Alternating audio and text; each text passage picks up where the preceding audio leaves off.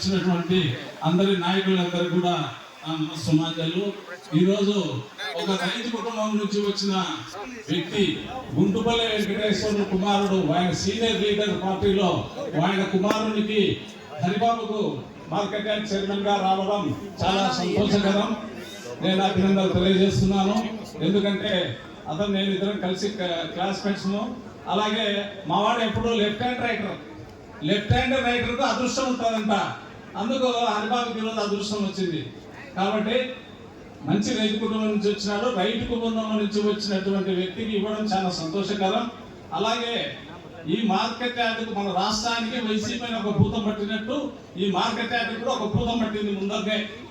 ఇది గత సంవత్సరం నుంచి నేను చాలా మీటింగ్లలో చెప్పినాను. 2700 రూపాయలకు ఒక్కొక్క రూమ్ అద్దెకి తీసుకొని 24 రూములను శిల్ప సహకార పేరుతో, శిల్ప బ్యాంక్ పేరుతో, మహిళా బ్యాంక్ పేరుతో, సమాఖ్య పేరుతో నడుపుతున్నారు. 2500 రూపాయలు, 750 రూపాయలు.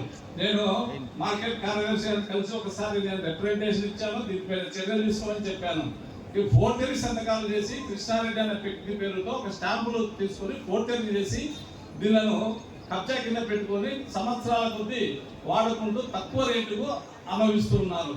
వీటిని తక్షణమే హరిబాబు గారు తెలియజేయాలంటే నువ్వు ఛార్జ్ తీసుకునే వెంటనే ఒక 15 రోజుల్లో వెంటనే దీన్ని తొలగించాలని చెప్పి కోరుకుంటున్నాను. ఎందుకంటే ఇది రైతులకు సంబంధించినది. రైతులకు ఇవ్వండి, లేకుంటే ఫ్రూట్స్ అమ్ముకునేటువంటి మైనార్టీ సోదరులకు ఇవ్వండి. రూములు కావాలంటే బాగుంటుంది.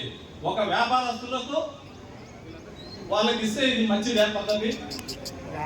ఒక టీ అమ్ముకునే వానికి 25,000, ఒక మంచి పెద్ద పారిశ్రామికవేత్త, పెద్ద రియల్ ఎస్టేట్ బిజినెస్ పెద్ద సహకారకు 2,500.